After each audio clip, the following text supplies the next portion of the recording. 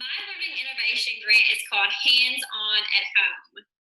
Hey, Mom. Yes. Do you have a rain gauge? No, How about a thermometer? not that either. I'm sure most of us parents do not have the materials that our kids need in order to be successful in science class and learning at home.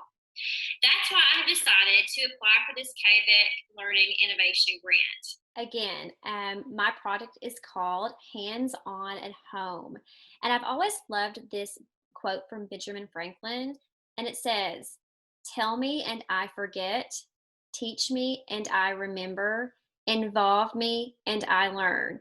And this is what this project is all about. We're in some trying times right now, and everything is so difficult, but we just want our students to have the materials that they need at home to complete science experiments and to really just love learning, just like they do in school. My name is Amanda O'Brien. I'm from Highland Elementary in Staffordsville. My school district is Johnson County.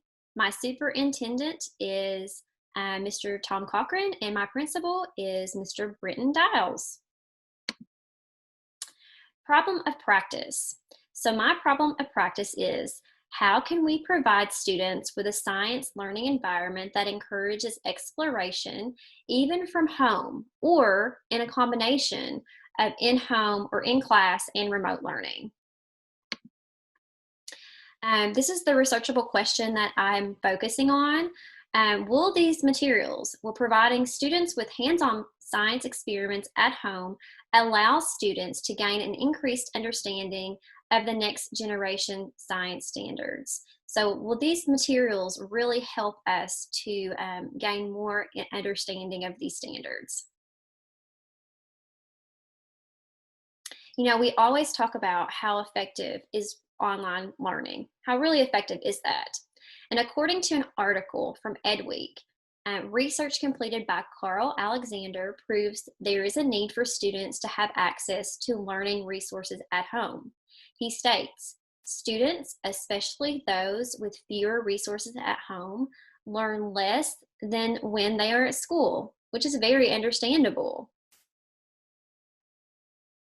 My overall goal is to increase student mastery through evaluation of the next generation science standards.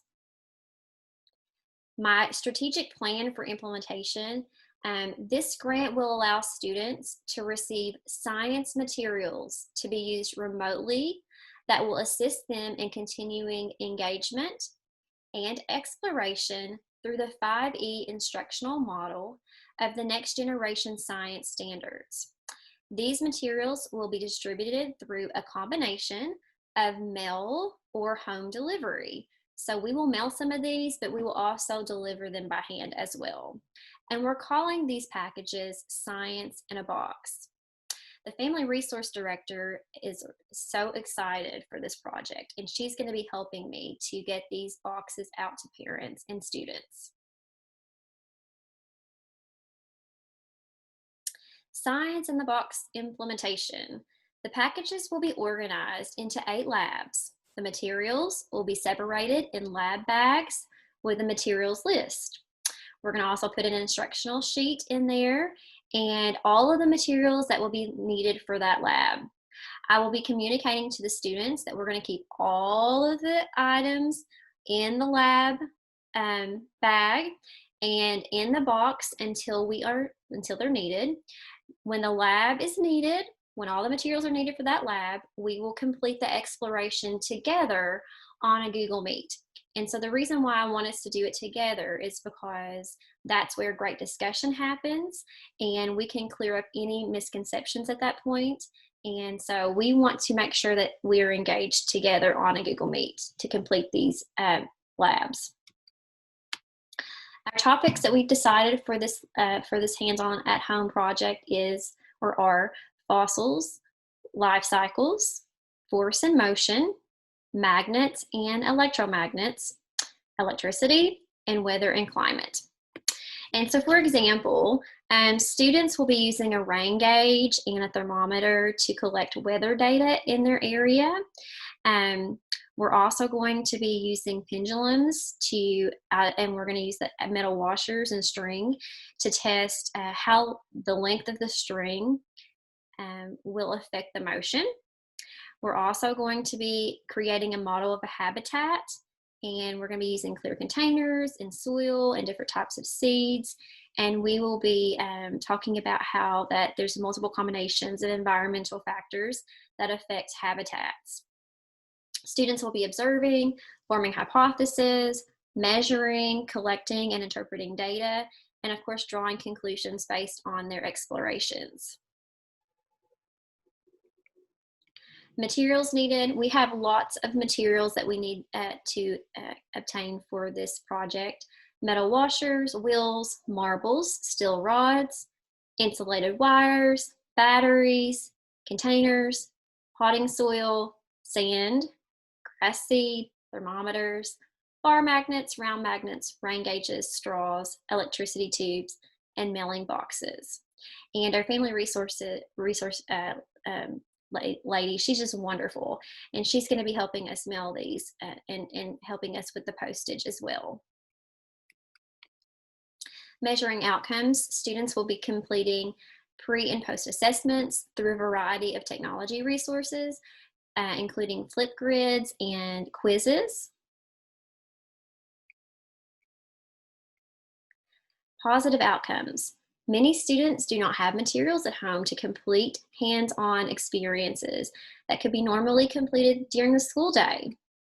Having these opportunities are crucial in the learning process, especially in the science classroom, where either be at school or at home. Distributing these materials to students to use at home will ensure all students, are able to continue to learn even at home. Evaluating the project outcome. This project will be evaluated by the success of students' post-assessments, and we're going to be documenting lab reports through Flipgrid, so we'll be doing some video lab reports as well. The data will be collected, and I'm going to be reporting it on a Google Sheet. In addition, we're going to be doing some student and parent surveys to determine the effectiveness and the importance of these hands-on at-home materials. The timeline, of course, as soon as I get my materials, we will begin, and we will end in April 2021. But my hope is for students to love these materials, to use them with their brothers and their sisters, even show their parents. So my hope is for students to continue using these materials to explore science in their own unique ways for years to come.